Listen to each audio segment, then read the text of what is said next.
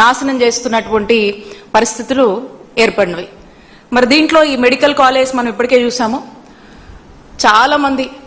కొంతకాలంగా ఈ చంద్రబాబు నాయుడు గారు ఈ పీపీపీ అని చెప్పి ప్రైవేటైజేషన్ అని చెప్పి ఎప్పుడైతే ఈ మెడికల్ కాలేజ్ ని ప్రైవేటైజేషన్ చేయాలనేటువంటి ఆలోచనకు శ్రీకారం చుట్టారో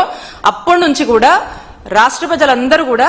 పూర్తిగా దీన్ని వ్యతిరేకిస్తూ ఇది తప్పు అని చెప్పి అనేక ప్లాట్ఫామ్స్ లో ప్రజలు గొంతు విప్పి అనేక పార్టీలు కావచ్చు,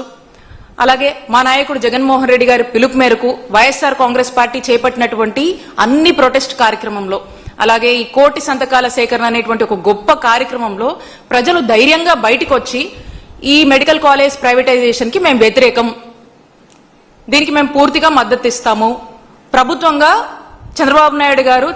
గారు ప్రభుత్వం చేయాల్సినటువంటి బాధ్యత నుంచి పక్కకు తప్పుకొని ఈ రోజు ప్రజల్ని మోసం చేస్తామంటే మేమెందుకు కోరుకుంటాము. ప్రతి పేదవాడు మధ్యతరగతి వాడు వారి యొక్క ఆవేదనని సంతకం రూపంలో మరి చేసి దీనికి ఎంత దూరమైనా పోరాడతాము, వైఎస్ఆర్ కాంగ్రెస్ పార్టీకి మద్దతుగా ఉంటామని చెప్పి, అలాగే ఎవరు కూడా దీన్ని వ్యతిరేకిస్తూ ఏ కార్యక్రమం తలపెట్టినా కూడా ప్రజలు పెద్ద ఎత్తున కూడా మద్దతు ఇస్తున్నటువంటి పరిస్థితి మనం చూస్తా ఉన్నాము. మరి ఇంత జరుగుతున్నా కూడా కనీసం ఇంత కూడా చంద్రబాబు నాయుడు గారు పట్టించుకోకుండా, కోటి మంది ఈ రాష్ట్రంలో గొంతెత్తినా సరే అయినా సరే చంద్రబాబు నాయుడు గారు వినకుండా పట్టించుకోకుండా నేను అనుకున్నదే అని చెప్పి మోనోపోలిగా మరి చంద్రబాబు నాయుడు గారు ప్రభుత్వం వెళ్తున్న తీరు ప్రజలందరూ కూడా గమనిస్తున్నారు. ఈ రోజు కూడా మనం చూసాము. మరి ఎవరో పొద్దున లోకేష్ గారిని కూడా కొంతమంది విద్యార్థి సంఘాలలో కలవడం జరిగింది. కలిసి మరి మెడికల్ కాలేజ్ ప్రైవేటైజేషన్ ని మీరు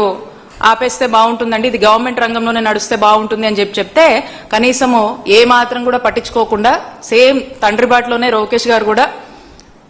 ఖచ్చితంగా ప్రైవేటైజేషనే చేస్తాము, దీంట్లో నో అదర్ ఆల్టర్నేట్ ఆప్షన్ అని చెప్పేసి ఇక వాళ్ళ మొహం మీదే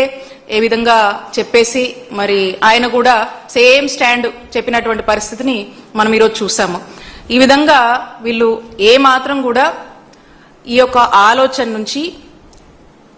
బ్యాకౌట్ అవడం కానీ ఎక్కడో మరి ఎందుకో గాని రాష్ట్ర ప్రజలందరూ కూడా వ్యతిరేకిస్తున్నా కూడా దీని నుంచి రాలేకపోతున్నారు. వాళ్ళ యొక్క ప్రైవేటైజేషన్ పద్ధతికే పీపీపీకే మరి వాళ్ళు స్టాండ్ అవుతూ, అలానే వాళ్ళకు వచ్చేటువంటి కమిషన్లో మరి ప్రభుత్వంలో మరి వాళ్ళకు వచ్చేటువంటి కమిషన్ల కోసమో ఆ కిక్ బ్యాక్స్ కోసమో మరి